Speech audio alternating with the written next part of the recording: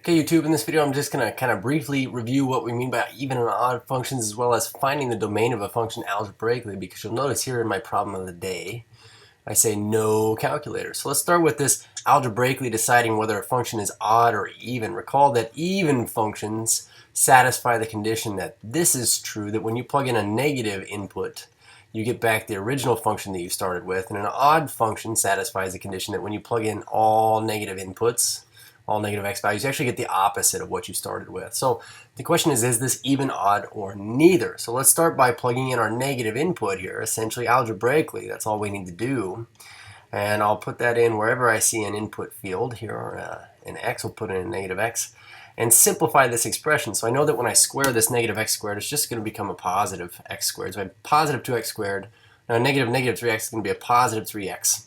I have positive 1. So really the question is this: did we get the exact same expression that we started with up here? And I noticed that it's not exactly the same. I noticed that that negative 3 became positive. But I also noticed that everything didn't switch its signs over. If I had had, say, a negative 2x and a negative here and a positive here, everything would have switched their signs and it would have been odd. So this is neither even nor odd. Okay. So now when we discuss finding the domains of functions, especially those that have x's in a denominator, or at least an x inside of an even indexed radical, that is like square root, fourth root, sixth root, where you can't take the square root of a negative, we need to be able to find the domain without using a graph or using a calculator. So whenever you have an x in the denominator expression of some rational function here, to find its domain, what you're going to do is you're going to set the denominator equal to 0. Set the denominator equal to 0. And then we're going to solve.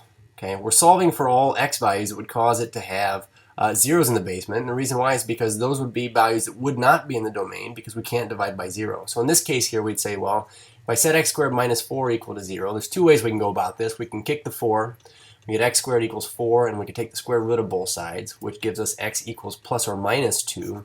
The other way we could confront this is just by factoring. We say x squared minus 4. I noticed this was a difference of squares, so we could say it factors into x plus 2x minus 2. And because of the zero product property, since this times this equals 0, well then either x plus 2 is 0, or x minus 2 is 0, or they both are. But solving each of these, I still get negative 2 and positive 2. So the thing that I want to be really careful with here is this: it said state the domain.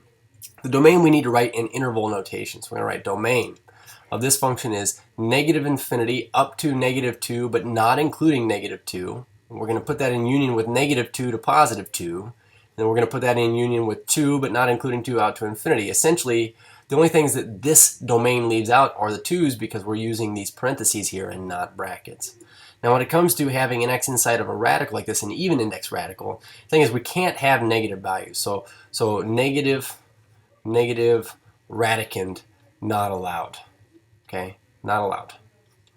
So what we're going to do is we're going to take this radicand here and we're going to set it greater than 0. We want to find out what values would cause this to be greater than or equal to 0, I suppose. So we say 2x, I suppose we could write some instructions here. 1, set radicand, the stuff inside the radical, greater than or equal to 0.